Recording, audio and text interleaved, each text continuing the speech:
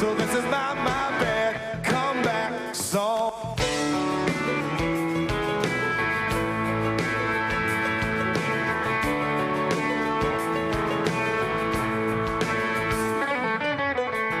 I know I said I wouldn't miss you, but now I'm saying I'm a fool. You're on the feel-good side of leaving, and I'm the backside of a mule. 'Cause I didn't know I needed you so, and letting you go was wrong. And baby, I know you got your radio on, so this is my so sad comeback song.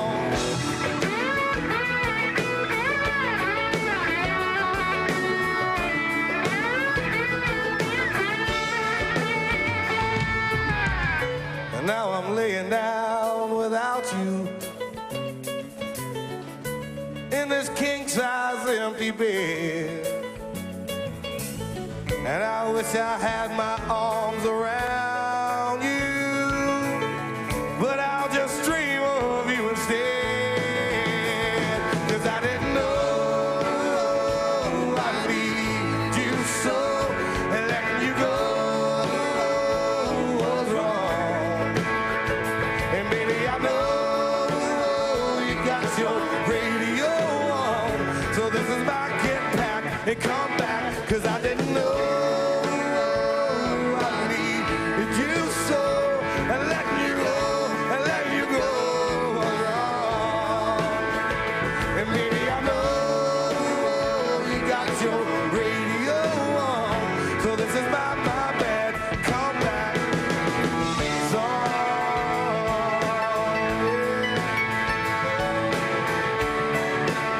I know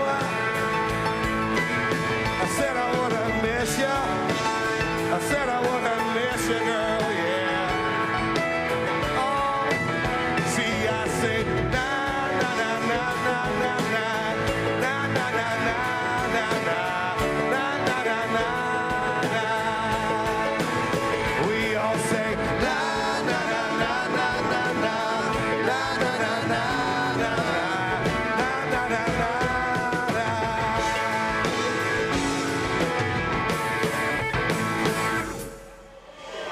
You heard it here first on TNT. That's Darius Rucker, Comeback Song. Normally in our Pride of NASCAR, we tell you the life story of the legendary drivers that have made up this sport. With the driver that we are remembering tonight, we wanted to do something different. Seven-time champion Dale Earnhardt Sr. was the best in anything he raced at Daytona. One of the biggest wins of his career came in 1998 at the Daytona 500. So many stories have been told about Earnhardt Sr., but the incredible emotional stories that you are about to hear from the crew members that helped him to victory lane that day have never been shared. Our Marty Snyder had a chance to sit down with the crew behind one of the greatest moments in NASCAR history.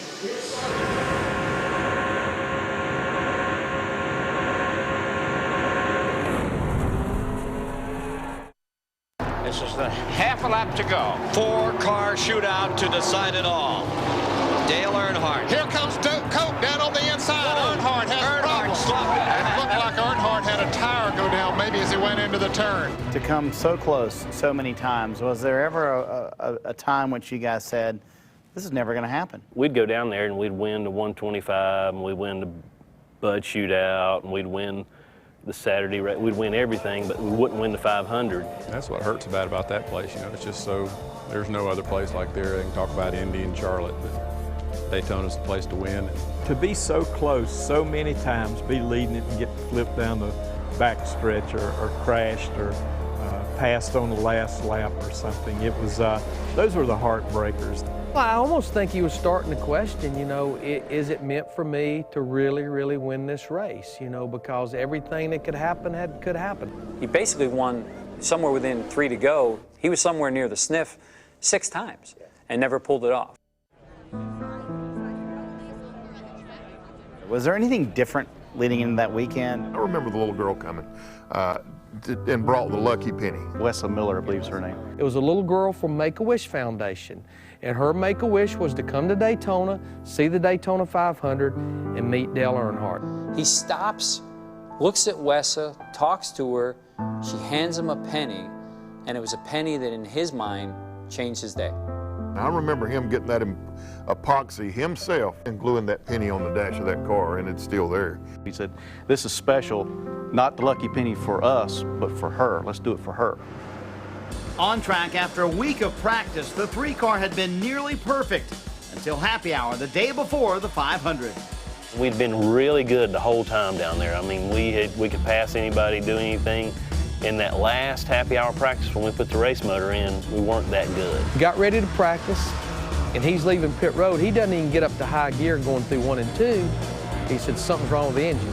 And we all made the executive decision, you know what, that's why we bring spare engines. That's a development engine that was really intended to go to a later race, and we had taken a little chance there. Well, anytime you make a change for the Daytona 500, it's big. It was pretty nerve-wracking. Good news is we put that engine in. First lap at turn was when they dropped the green flag. And to start the 50th anniversary season of NASCAR, the 40th Daytona 500 is underway. You start, he pretty much dominates the race, doesn't he? It was one of those days where the pit stops were almost flawless. The car was almost flawless.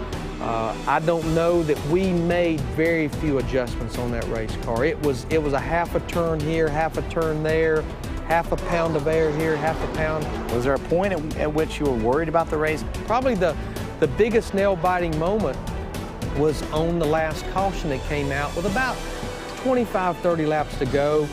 Everyone pretty much had to pit for fuel to get to the end of the race.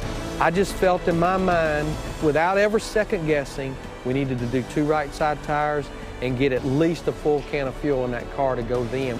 Dale was always a 4-tire guy. Radio communication back to Larry and Richard was, I can't believe we took 2 tires, but I'm gonna make the dang best of it, and he did. Earnhardt has the quick pit stop. It'll be Earnhardt leading the charge off pit road. Before the last restart of the race, Bill France comes on the radio. I think we've got maybe 1 to go before this, what ended up being the last restart. And all of a sudden I hear this voice, hey, Sunday Money, this is Captain Jack. For those of you that don't know what that meant, Sunday Money was Dale Earnhardt, Captain Jack was Bill France.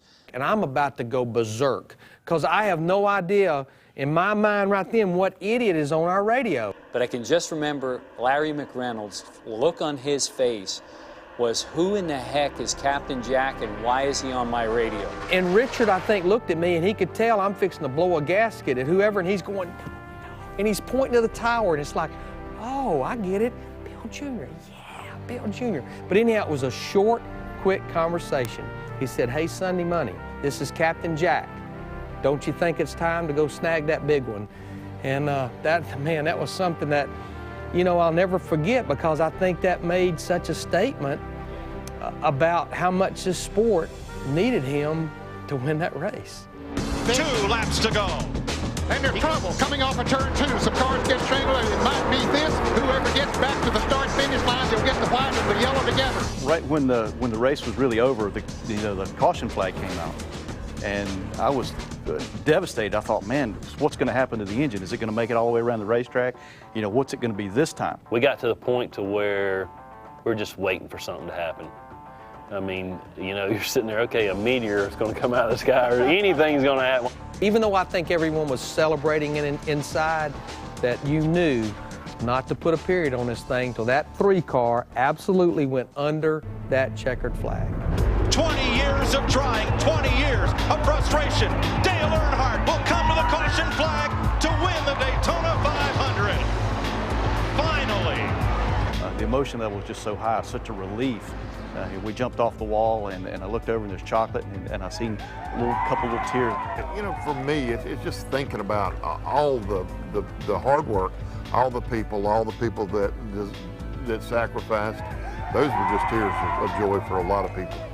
There are popular wins in the sport. Was that the most popular of all time? It's ever stood on in the garage area? No one else has won that 500 and had entire teams of everybody out there to congratulate Dale Earnhardt coming down that pit road. Never happened before, never has